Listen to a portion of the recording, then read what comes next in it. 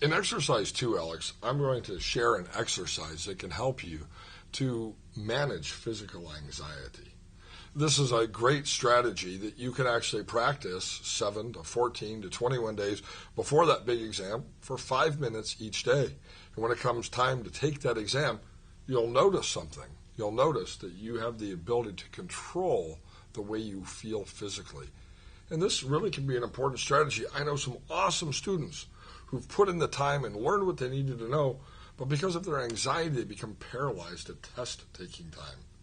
This is a simple strategy of learning to still the body and even still the mind. When we still the mind, we can access all that is in our subconscious learning without the confusion or the distraction of anxiety. And so this is something to be practiced, and if you practice it each and every day for a couple of weeks, what you'll find is that it becomes intuitive, that when you find yourself in an anxious situation, you can say, oh, wait a minute, I know how to take control over that physical feeling. Without practicing this, what happens to a lot of people is that the physical feeling comes and they say, whoa, that was butterflies in my stomach, that means I'm anxious. And then their mind says, if I'm anxious, I'm going to have more butterflies in my stomach. I'm even going to start shaking or feel like I'm going to pass out. And it builds on itself. So this is a tremendous strategy that you can actually practice to take physical control over your body. And so, Alex, as you're sitting in the chair, simply breathe in and breathe out and close the eyes. As you breathe in and breathe out, you don't have to try to speed up or slow down the breath. Just breathe. Back in 1928, there was a physician named Edmund Jacobson, and he came up with a protocol for knowing the difference between tension and relaxation. And a lot of people find that before an exam starts, they're tense, but they're unaware of that tension. And as that tension builds, they never have the chance to create a state of deep relaxation in the body. So as you sit in the chair, Alex, make a fist with each hand as the hands rest on your lap. And I want you to squeeze those fists tight. Hold those fingers inside the palm of the hand, not so hard that you feel pain, but as tight as you possibly can, feeling the tension on the back of the hands and the tension in the wrists and the arms. And now notice what that tension feels like and relax. Relax them. Let those fingers open up a little bit. Relaxing there in your lap. Noticing the difference in what relaxation feels like. Now go ahead and tense those hands up again, Alex. Tense them back up into two fists. Hold those fists tight. 1, 2, 3. Noticing what that tension feels like. And now relax. Relax those fingers. Let them open up a little bit as they rest on your lap. A tingling sensation of relaxation. Notice the difference in your own mind between tension and relaxation. Also notice something. How the second time you tensed and relaxed, you actually doubled that sensation of relaxation. Your hands are even more relaxed now than they were before. And just like you can relax the muscles of the hands, you can actually relax the muscles of the brow, the muscles of the eyelids, and the muscles of the face. Unclench the jaw. Breathe in, breathe out. And pay attention to the muscles of the neck and shoulders. You can even drop your chin towards your chest a little bit. Take some pressure off the neck. Let the shoulders drop and relax. Let that sense of relaxation extend through the arms and forearms and into your hands again as they rest on your lap.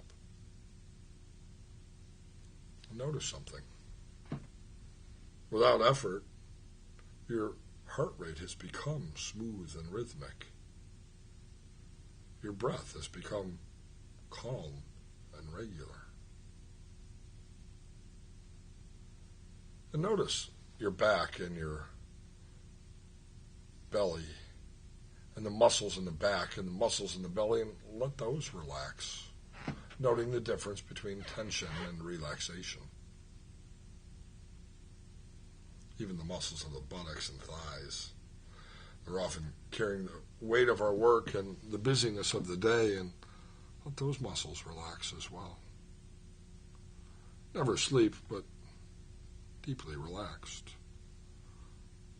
Relaxing the muscles of the shins and even the muscles of the feet, the little muscles of the toes. In fact, you can scan your body, and anywhere you notice you're still carrying the tension of the day, just let that tension disappear. You're doing great. As you breathe in and breathe out, Alex, pay attention to your hands resting in your lap. And as they rest in your lap, think of the word warm. Warm. Warmth like that which might come from the sun, or warmth like that which might simply come from inside of the body. But as you think of the word warm, say to yourself, my hands are warm. My hands are warm. My hands are warm. And let your hands become warm. Now think of the word heavy. Heavy.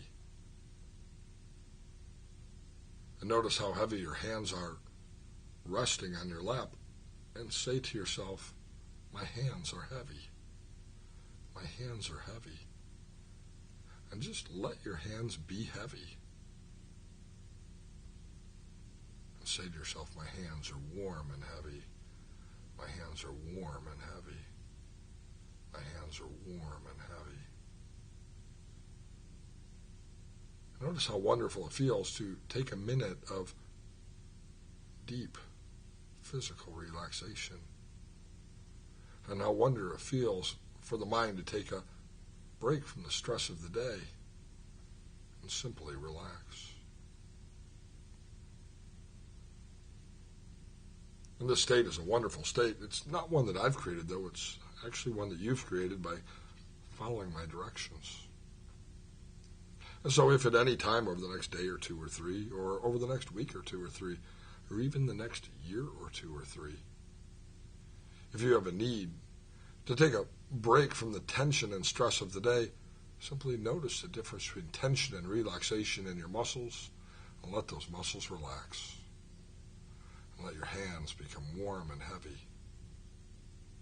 And take a minute, with or without this video exercise, to let yourself enjoy a moment of mental and physical peace and tranquility. Now, of course, Alex, and those of you who are listening, it is time to reorient to the room, to get back to our studies. And so before you open your eyes, take in a deep breath. And when you take in that breath and exhale, let the oxygen fill your lungs, let the oxygen travel to every cell of the body. And when I count to 3, open the eyes, feeling fantastic and ready for the rest of the day. 1, feeling fantastic. 2, being proud that you've learned a skill that can help you to master the art of physical relaxation. And 3, opening the eyes, feeling fantastic, stretching out any muscles that need to be stretched, and knowing that by taking care of yourself physically and mentally, you'll be able to do your very best on your exams. Now, let me ask you a question, Alex, and those of you who are at home too. Did you notice a sense of heaviness or warmth at any level in your hands? Yes. Okay. What's interesting is, could you notice at one level or another a feeling of warmth? Yeah. And different people will note this sensation at different levels. If you didn't become hot, that's okay. Just noticing that feeling of warmth. I didn't adjust the temperature in this room at all. And this room's actually, at least the one we're in, quite cool. But yet, by simply thinking about it, you were able to create that awareness. Heaviness. I didn't put my hands on your hands. I didn't put a heavy weight on top of your hands.